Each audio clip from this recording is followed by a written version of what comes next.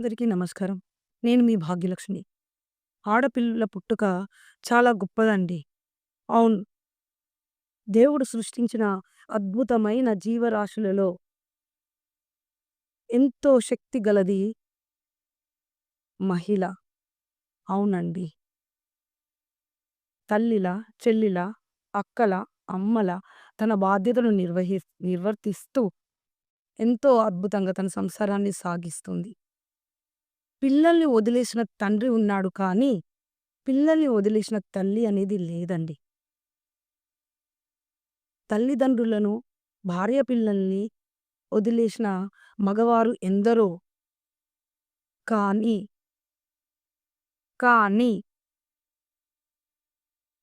అత్తామామల అభిమానానికి, భర్త ప్రేమ కోసం, పిల్లల ప్రేమ కోసం, అక్కా చెల్లెళ్ళు, అన్నాతమ్ములు అభిమానం కోసం, స్నేహితుల గోరింత అభిమానం కోసం పరితపిస్తూ,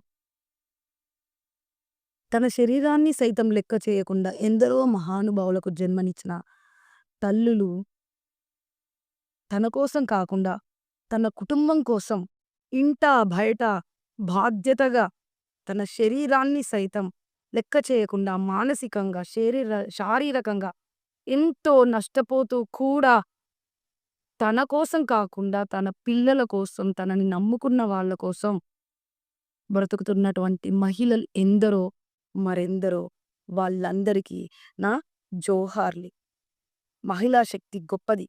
అలాంటి మహిళకు మనం ఏం చేస్తున్నాం? ఏమిస్తున్నాం? ఇంట బయట అగౌరవం. ఎక్కడ స్త్రీ పూజించబడతాదో అక్కడ దేవతలు కొలువుంటారు అని అంటారు. ఒక్కసారి ఆలోచించండి. స్త్రీతోటే జననం, స్త్రీతోటే గమనం, స్త్రీతోటే గమ్యం. ఎక్కడ స్త్రీలు పూజించబడతారో, ఎక్కడ స్త్రీలు పూజించబడతారో, మళ్ళీ ఒక్కసారి చెప్తున్నాను. ఎక్కడ స్త్రీలు పూజించబడతారో అక్కడ దేవతలు ఉంటారు అంటారు. మీరు ఎన్నో పూజలు చేస్తున్నారు. కానీ మీ ఇంట్లో స్త్రీకి గౌరవం ఇవ్వట్లేదు. మీరు ఎన్నో పూజలు చేస్తున్నారు. మీ ఇంట్లో మీ అక్క చెల్లెలకి గౌరవం ఇవ్వట్లేదు. మీరు ఎన్నో పూజలు చేస్తున్నారు.